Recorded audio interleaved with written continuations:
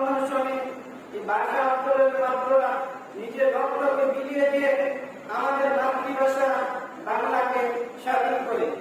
ওই সময় সকল কলকারখানা শিক্ষা অফিসে বাংলা ভাষা অফিসিয়াল ভাষা ছিল না। তখন তারা ওই 1952 সনে যুদ্ধ করে বাংলাকে মাতৃভাষা হিসাবে স্বাধীন করে 1971 সনে এসে আবার বাংলাদেশকে পাকিস্তান থেকে স্বাধীনতা ছিনিয়ে আনে।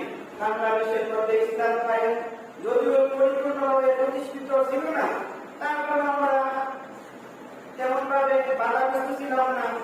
আমাদের দেশের মধ্যে প্রচুর পরিমাণে মাহফিল হতো, ইসলামের চর্চা হতো, কিন্তু এর মধ্যে এমন এক শাসক আমাদের মাধ্যমে এসে প্রতিষ্ঠিত হয়েছিল যে শাসকের কারণে আমরা সঠিকভাবে ইসলাম পালন করতে পারতাম না। আমরা সঠিকভাবে ইসলাম কথা বলতে পারতাম না, ইসলামের দাওয়াত করতে পারতাম না।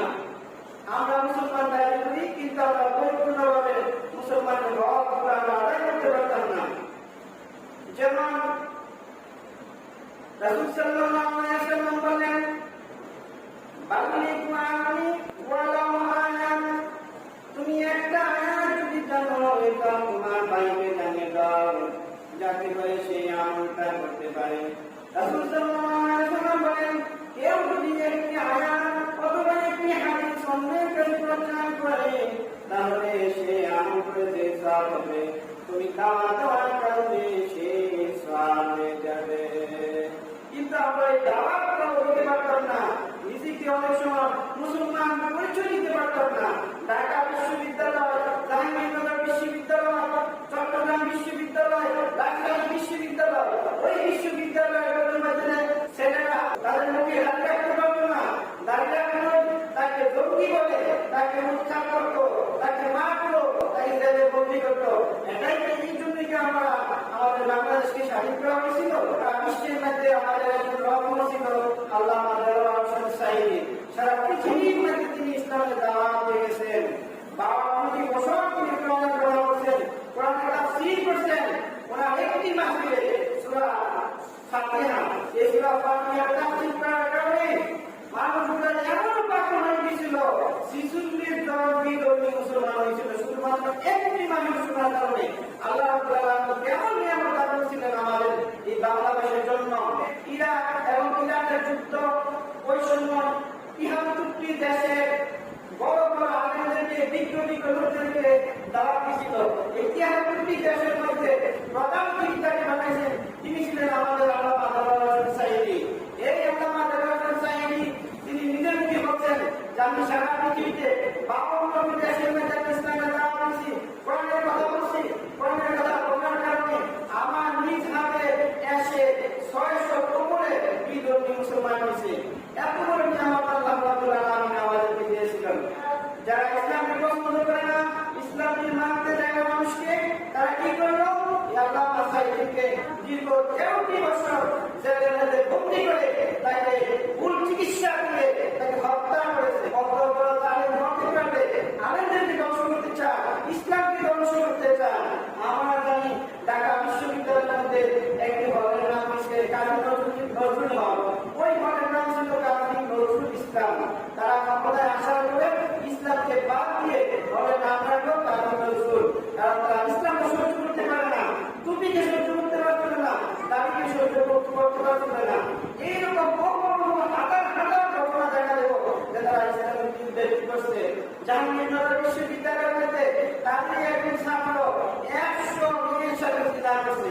100 মেয়ের সাথে জিনা করে প্রকাশ্যে একটা অনুষ্ঠান করে মিষ্টি বিতরণ করছে। কত বড় জালেম হইতে পারলে এইরকম ঘটনা ঘটতে পারে? তারপরেও তাদের বিচার হয় না।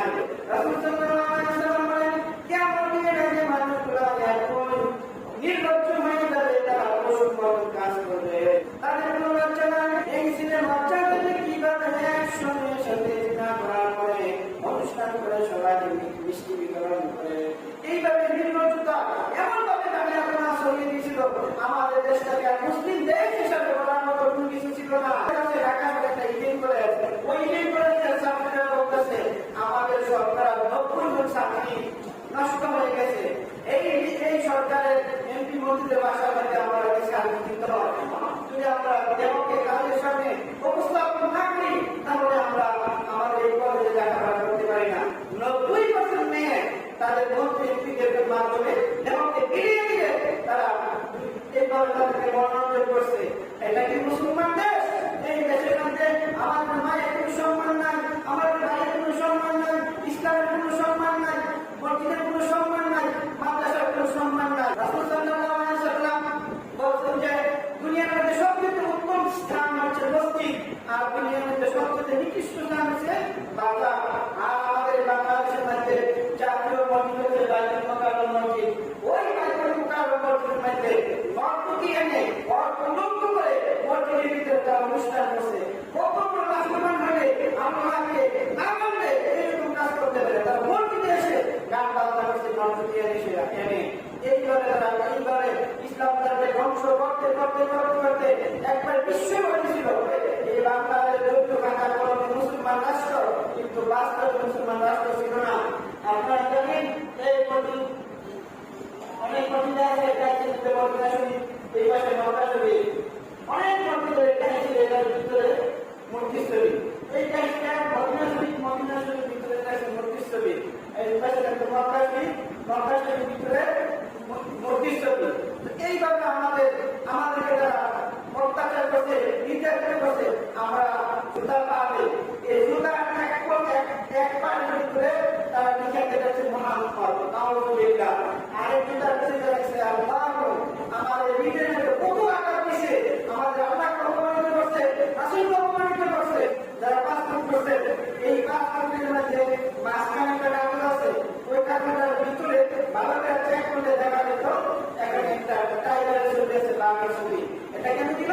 যে বাংলাদেশের জাতীয় পশু টাইগার। কিন্তু সরকার এসে এইটাকে উন্নয়ন করে এটাকে বন্ধ করে এই বাঘের ছবিটাকে চেঞ্জ করে এটার মূর্তিস্থলী। তাহলে তারা কি বোঝাতে চাইল? যে বাংলাদেশটা মুসলমান রাষ্ট্র না, বাংলাদেশটা চলত আমাদের পার্শ্ববর্তী, আমাদের চিরশত্রু ভারতের মধ্যবর্ত। আমাদের দেশের আস্তে আস্তে তাকে অঙ্গরাজ্য বানিয়ে নিয়েছিল। যেমন তাদের প্রত্যেকটা অঙ্গরাজ্যের মধ্যে তাদের দেবদেবীদের মূর্তি দেওয়া আছে, তেমনি ভাবে বাংলাদেশে প্রত্যেকটা শহরে শহরে প্রত্যেকটা গুরুত্বপূর্ণ জায়গার মধ্যে বড় বড় মূর্তি বানায় তারপরে গেছিল। বাংলাদেশে কোথাও এইরকম কোন স্মৃতি ছিল না যে বোঝার মতো এরা মুসলমান রাষ্ট্র। এই যে বাংলাদেশের বরিশাল এলাকা এক মসজিদ সঠিকভাবে মসজিদটা চলে, যেটা ওই মসজিদের মধ্যে কোনো রাখা না, কোনো কিছু শিরিক হয় না, ওই মসজিদটাকে কাজ করলো, তারা বন্ধ করে দিল, পানিটা কষ্ট করে দিল। এইবার অনেক এলাকা আছে যে মসজিদ পানি গেছে, এগুলোকে আমাদের হলো এই তাপের সম্প্রসারণ। আল্লাহ আমাদের চাইনি চট্টগ্রামের মাধ্যমে আলোচনা করেন, আমাদের কুমিল্লা 3 দিন ধরে আলোচনা করেন, পাবনা 3 দিন ধরে আলোচনা করেন, সিলেটে 3 দিন ধরে আলোচনা করেন। এইভাবে সারা দেশে 3 দিন 5 দিন উনি আলোচনা করেন। প্রত্যেকটা মাহফিল তার কোরআন তাফসীর বন্ধ করে দিয়েছে। রাসূল সাল্লাল্লাহু আলাইহি ওয়াসাল্লাম কোরআনের দাওয়াত দেওয়ার কারণে আর বলেন উঠবা শয়তানরা কোরআনের আমাকে বন্ধ করে দিত। ইতানা আল্লাহুল আলামিন আমার নবী আমার আলো ইসলামের আমরা অবশ্যই জানিয়ে দেব, মানুষের কাছে পৌঁছে দেব। এইভাবে জালেমরা যুগে যুগে জালেমরা ইসলামকে ধ্বংস করতে চায়, ইসলামকে নিঃশেষ করে দিতে চায়। কিন্তু আল্লাহ কোরআনে বলেন ইন্না নাহনু নাযালনা যিকরা ওয়া ইন্না লাহু লাহাফিজুন। আল্লাহ কোরআনে বলেন আমি আল্লাহ কোরআনে আমি আল্লাহ কোরআন ইসলামকে হেফাজত করব। দুনিয়ার কোন লোকের শক্তি নাই, ক্ষমতা নাই আমার কোরআনের আলোকে পরিপূর্ণ নিভিয়ে দেওয়ার। অতএব আমরা বুঝতে পারলাম যত শাসন আসুন না কেন, দেশ বিদেশে সারা বিশ্বের মধ্যে ইসলামকে ধ্বংস করার জন্য যারা আসলো তারা এমনভাবে দুনিয়া থেকে বিতাড়িত হল, তাদের বিদায়ে ইন্না লিল্লাহি ওয়া ইন্না ইলাইহি রাজিউন আলহামদুলিল্লাহ।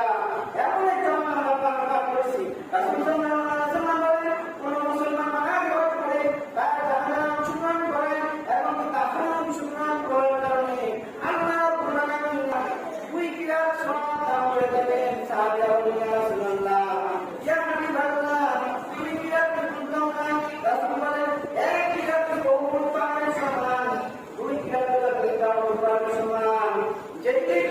কোন মুসলমান ইন্তেকাল করার পরে তার জানাজা মুসলমান করবে এবং কি তার কাফন মুসলমান করতে তাকে 2 কিরাত সওয়াব দান করে থাকে। এইভাবে জানাজার এত সওয়াব, কাফনের এত সওয়াব, কিন্তু আমাদের দেশের মধ্যে যখন আমাদের আলেমগণ ইন্তেকাল করে অথবা তাদেরকে কৌশলে চিকিৎসার মাধ্যমে হত্যা করে আল্লাহ আমাদের সাহায্য ইন্তেকাল করে দেশের মধ্যে বিভিন্ন নিরাপদ করেছে না, তাদের মুখের মধ্যে কলম মেরে গেছে, মুখের মধ্যে তালা গেছে, ইন্নালিল্লাহ বললে তাদের ঘরে অনেককে বরখাস্ত করছে, বাংলাদেশ মানে জানাজা করছে না, অল্প কিছু লোককে জানাজা করার অনুমতি দিচ্ছে। তাহলে তারা ইসলামকে অমান্য করে না, ইসলামকে অমান্য করেছে নিজেরা এবং কি অন্য মানুষদের ইসলাম পালন করতে দিচ্ছে না।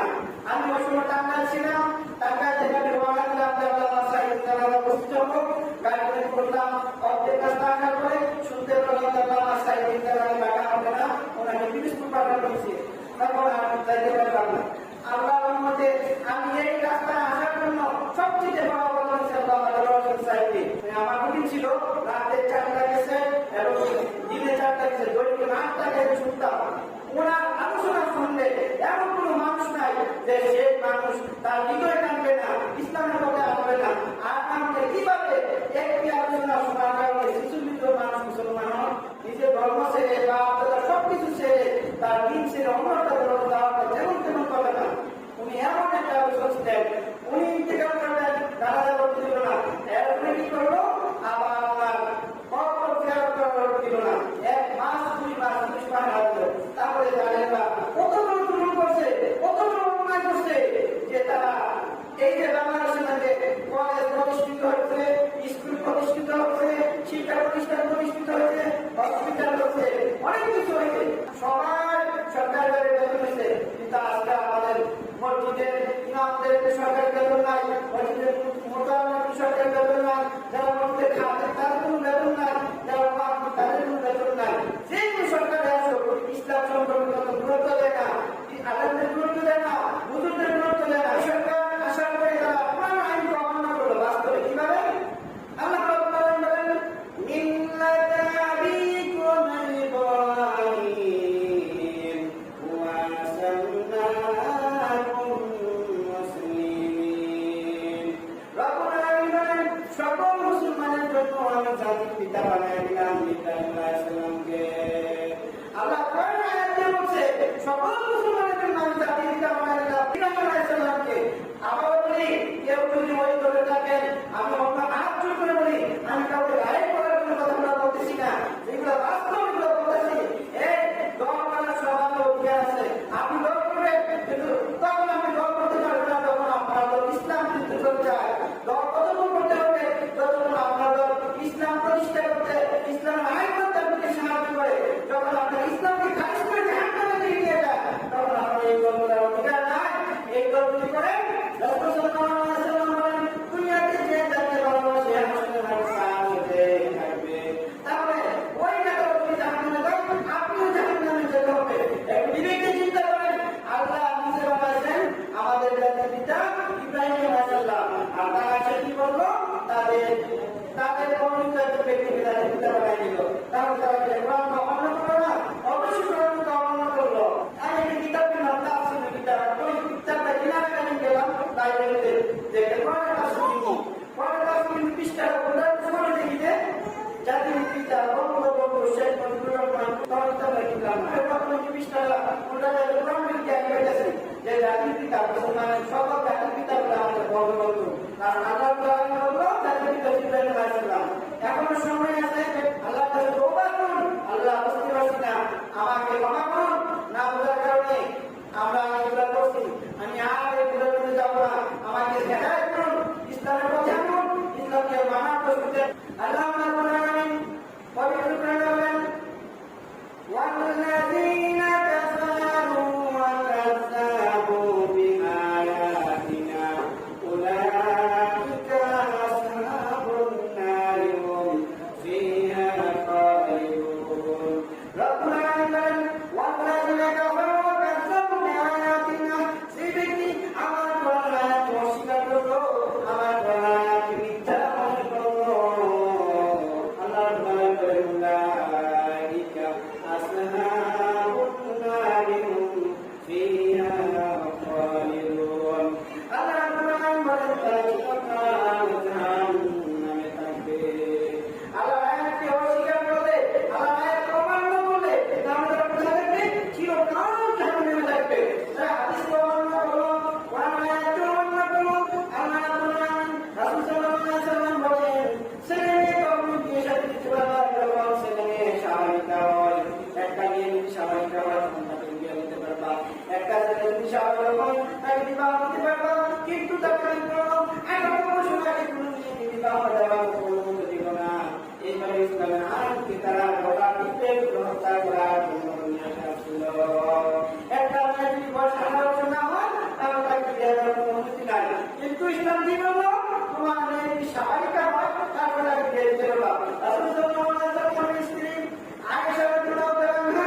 ওনার বয়স ছিল মাত্র 6 বছর 6 বছরের সময় নবী সাল্লাল্লাহু আলাইহি ওয়াসাল্লামের সাথে আয়েশা রাদিয়াল্লাহু তাআলা বিয়ে হয়ে যায় যখন ওই আয়েশা রাদিয়াল্লাহু তাআলার বয়স 12 বছর হয় আয়েশা রাদিয়াল্লাহু তাআলা স্বাভাবিক হয় তখন রাসূল সাল্লাল্লাহু আলাইহি ওয়াসাল্লামের পরে আয়েশাকে আবু বকর উঠায়া দেন মেয়েরা 12 বছর 10 বছরের পরে স্বাভাবিক হয় আল্লাহ রাব্বুল আলামিন নিজে টাকা পাইছেন কাজী ছিল আল্লাহ রাব্বুল আলামিন অন্য কোনো কাজী ছিল না অন্য কোনো বাবা ছিল না এই কিন্তু আমার একমাত্র বাবা ছিল আল্লাহ নিজে ইব্রাহিম আলাইহিস সালাম রাসূলুল্লাহ সাল্লাল্লাহু আলাইহি ওয়াসাল্লামের কাছে এসে একটা রুমালের উপরে হাত করে দিয়ে রাসূলুল্লাহ ইয়া হাবিবাল্লাহ এই রুমালের ভিতরে একটু ছবি দেখেন এই ছবিটা দেখেন রাসূলুল্লাহ সাল্লাল্লাহু আলাইহি ওয়াসাল্লাম ছবিটা দেখেন রাসূলুল্লাহ সাল্লাল্লাহু আলাইহি ওয়াসাল্লাম জিবরাইল আলাইহিস সালাম ইয়া রাসূলুল্লাহ ইয়া হাবিবাল্লাহ এই মেয়েটার নাম আয়েশা এই মেয়েটাকে আমার বলা আপনার স্ত্রী হিসেবে দেওয়ার জন্য কবুল করছেন আল্লাহ রাব্বুল আলামিন কি বলতে পারেন 6 বছরের মেয়ে আয়েশাকে নবীর সাথে বিবাহ দিয়ে দিলেন 9 বছর বয়সে যখন আয়েশা স্বাভাবিক হলো রাসূলের ঘরে দিলেন তাহলে এই যে তারা আইন করলো 18 বছর আগে মেয়ে বিবাহ করতে পারবে না তাহলে নবী কি অন্যায় করছিল ভুল করছিল না রাসূল সাল্লাল্লাহু আলাইহি ওয়াসাল্লাম কোন সময় ভুল করেন না নবী আর কোন সময় ভুল করেন না ইভেন কত বলবো প্রতিটি গাতে গাতে প্রতিটি পদে পদে তারা এইভাবে ইসলামকে ধ্বংস করে কোরআন সুন্নাহকে ভুলে গেছে তাদের প্রতি তাদের ইসলামের অনুশীলনাতে কোরআন সবাইকে ঘটনা করছে কোন অধিকাংশ ঘটনা মধ্যে ভুলে গেছে যে কাজগুলো তাদের বিরুদ্ধে পরিবর্তন করে দিয়েছে তারা কিভাবে কত টাকা হাতিয়েছে আল্লাহ রাব্বুল আলামিন যারা ইসলামের সাথে ব্যাপারী করতে আসে আল্লাহ রাব্বুল আলামিন তাকে আমি জিরো বানাই দেন আবার যদি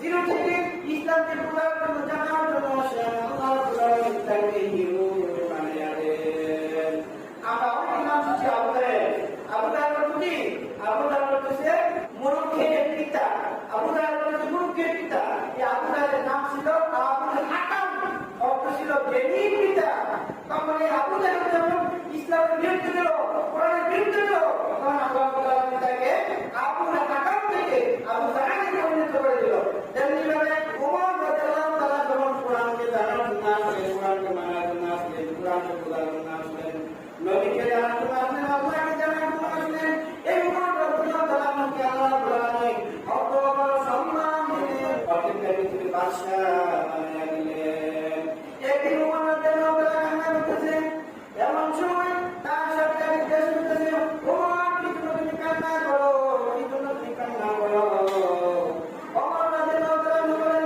প্রিয় ভাই আমি ছিলাম একটা রাজা ওই জমির মধ্যে ময়দানের মধ্যে উট রাখার করতাম হাতে দেখতাম আন্দাজ একটা শরীর ছিল উট রাখার করতাম আমি রাখা ছিলাম কিন্তু আমার প্রোগ্রামে আজকে আমাকে একই সম্মানিত করছেন অর্ধেকটা পৃথিবীর বাদশা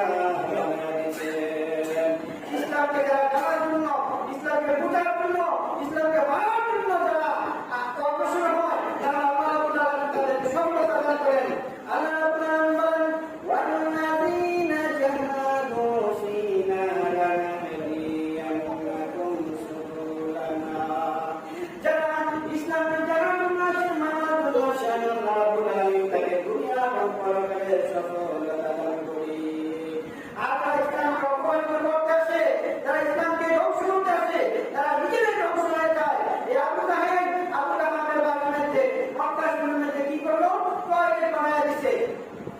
করে সরকার প্রত্যেক মানুষের মধ্যে গেলে ওই তাদের বাড়ির মধ্যে বাইরে করে ওই তাদের কয়টা কথা দিচ্ছে তারা চাইছে ইসলামকে ধ্বংস করার জন্য নবীকে হত্যা করার জন্য নবীকে ধ্বংস করার জন্য কিন্তু আল্লাহ রাব্বুল আলামিন বলেন ওমা কারু ওমা তারাম ওয়াল্লাহু খায়রুল মাকিরিন তোমরা কৌশল করছো আর আল্লাহ রাব্বুল আলামিন সবচেয়ে বড় কৌশলী আমি তোমাদেরকে এমন ভাবে ধ্বংস করবো যে চিরকাল মানুষ তোমাদেরকে জালেম হিসাবে দুনিয়াতে জানবে।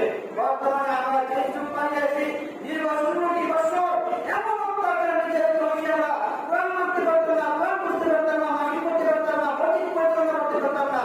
দেশের প্রত্যেকটি মসজিদের মসজিদে এই দলের লোকেরা সভাপতি হিসেবে হয়ে বসে গেছে। অনেক মসজিদে এমন একটা মসজিদ আছে দিনাজপুর মসজিদের সভাপতি হিন্দু, কিন্তু ডিরেক্টর মসজিদের সভাপতি না হিন্দু কিভাবে হয়? কিভাবে হইল? কারণ তাদের দলের লোক। এবার অনেক মসজিদের মসজিদের সভাপতি সেক্রেটারি হিন্দুদের আছে। আমাদের কোনো মুসলমান আছে সভাপতি মসজিদের দায়িত্বে আছে, তাদের মূর্তির দায়িত্বে আছে, তারা এইভাবে ইসলামকে ধ্বংস করতে চাইছে। যে জাতির মেরুদণ্ড রয়েছে না, জাতির মেরুদণ্ড শিক্ষা, এই শিক্ষাকে এমনভাবে ধ্বংস করলো। আমরা যখন দিল্লি বসি, শহরে বসি, বাইরে বসি, শিক্ষকদের কাছে সালাম দিতাম। আর বর্তমানে অনেক ঘটনা আছে শিক্ষকের নিতে বলা যায়। আমরা তো নেশালানা করতে মানুষ যে শিক্ষককে অপারেশন অধ্যাপক বাবার মতো সমতুল্য মানুষ করাইছে। একটি গরু জন্ম হলে একটা গরু বাচ্চা হয়, একটি ছাগল জন্ম দিয়েছে ছাগলের বাচ্চা হয়, কুকুর জন্ম দিলে কুকুরের বাচ্চা হয়। কিন্তু মানুষের করে মানুষ জন্ম দিলে সে পরবর্তী মানুষ হইতে পারে না যতক্ষণ পর্যন্ত তার পিতা মাতা এমনকি শিক্ষকের লেখাপড়া না শিখে। ছোটবেলা আদর করে শিখালে তারপরে শিক্ষার প্রতিষ্ঠানে শিক্ষা অর্জন করে মানুষ হয়। আর ওই শিক্ষককে পৃথিবীতে ওই শিক্ষককে বানিয়ে রেখে ফেলা এটা কোন কথা? এইভাবে মানুষ শিক্ষাকে প্রতিষ্ঠিত করলো। আরেকটা বিষয় ক্লাস 6 এর বয়স 7 এর বয়স কিছু ঘটনা তারা দিয়ে দিল, যে ঘটনা বিয়াসের উপরে সেটা নিয়ে জানার দরকার। 18 বছর 20 বছর 25 বছর হওয়ার পরে তারা বিবাহ করার স্বামী স্ত্রী যে বিষয়টা জানবো ওই বিষয়গুলো তারা বিষয় দেবে 6 এর বয়স 7 এর বয়স দেখে তাহলে সমাজকে ধ্বংস হবে না। আমরা দেখতাম আমাদের শিক্ষকগুলা ট্রেনিং দিয়ে আসতো, ট্রেনিং দিয়ে আসে আমাদেরকে সুন্দর করে পড়াইতো কিভাবে অঙ্ক করবো, কিভাবে ইংরেজি করবো। আর এই শিক্ষা ট্রেনিংয়ের মাধ্যমে কি শিখাইলো? ব্যাংক কিভাবে রাখা, দেখবে এবার রাত আসলে ডাকে এইভাবে শিক্ষা, এইভাবে শিক্ষাকে ধ্বংস করে দিল, আমাদের মসজিদকে ধ্বংস করে দিল, ইসলামকে প্রতিষ্ঠিত করে ধ্বংস করে দিল, কোরআন শরীফকে তারা ভুলতে গেল। আল্লাহ রাব্বুল আলামিনের কাছে আজকে সবচেয়ে বড় শুকরিয়া আদায় করব, আল্লাহ আমাদেরকে এমন যথাযথ পাথর থেকে মুক্ত করছে, এর চেয়ে বড় শুকরিয়া আমাদের কাছে নাই। আমরা বলি যারা ওই মতাদর্শ আছেন আপনি বলি ইসলামকে মানুন, আল্লাহকে বুঝুন, পরকালকে বুঝুন। সাল্লাল্লাহু আলাইহি ওয়াসাল্লাম বলেন যে ইসলামকে মানবো, ভালোবাসবো, হাসর মাঠে তার সাথে তার হাসর হবে। তাহলে আপনি ইসলামকে ভালোবাসুন, রাসূলকে ভালোবাসুন, আলেমকে ভালোবাসুন। আপনি দুনিয়াতে আমল করছেন না করছেন আল্লাহ রাব্বুল আলামিন এই ভালোবাসার কারণে আপনাকে জান্নাত দিতে পারেন। তেমনিভাবে আপনি নামাজ পড়ে রোজা করে যা করেন না কেন আপনি ইসলামকে ভালোবাসেন, আলেমকে ভালোবাসেন, কোরআনকে ভালোবাসেন, হাদিসকে ভালোবাসেন, মৌলবীকে ভালোবাসেন, তাহলে আপনাকে জান্নাতে যেতে হবে নেতাদের সাথে। এইটা বলছে রোজার মধ্যে এক দুই মসজিদ দাঁড়াতে দিচ্ছে এক মাসে মসজিদ দাঁড়াইয়া মুসলমানদেরকে পিটাইতে রাস্তার মধ্যে বাড়াই দিচ্ছে। এর লিগের চেয়ারম্যান তার ক্ষমতা বেশি, পাওয়ার বেশি, মসজিদের দাঁড়াই দিচ্ছে। এমন চ্যালেঞ্জ হয়েছিল। আবু থেকে জানা ছিল মসজিদে তারা দিতে পারছে না, কোন পাড়ায় জানা ছিল মসজিদে তারা দিতে পারছে না, সাহেবায় কোনো জানা ছিল মসজিদে তারা দিচ্ছে না, ফেরাউনের কোনো জানা ছিল মসজিদে তারা দিচ্ছে না, নমরুদের কোনো জানা ছিল মসজিদে তারা দিচ্ছে না। তারা মসজিদে তারা দিত। ইন্টারভিউ গেছি সিলেট একটা চাকরির জন্য, এই পুলিশ আমাকে বলে আমার 20,000 টাকা লাগিয়ে দিল। আমি বললাম আমার কি অপরাধ? আমার গাড়ি আছে, আমার পুলিশ আছে, তারা বলতেছে আমি সিকিউরিটি লোক, আমি বলে গাড়ি চালাইছি। আমি বললাম আমার বাড়ি কুমিল্লা, আমি যদি গাড়ি চালাই কুমিল্লা বললাম আমার সিলেট আমি কেন আমি চাকরি ইন্টারভিউ দেওয়ার জন্য আমার সার্টিফিকেটগুলো দেখে আমার আগের জবাবকে আমি সব সার্টিফিকেট আমার সাথে আছে। কিভাবে আমাকে 1 ঘন্টা 2 ঘন্টা যারা করলো আমার আমার কাছে আনতেছে না। তখন আমি বাসাতে দিলাম আমার কাছে, তখন তাদের বিকাশ 20,000 টাকা পাঠালো, তখন আমাকে ছাড়লো।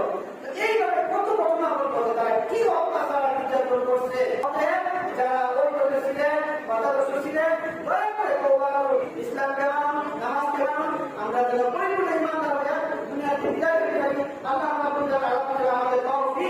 চলে যান।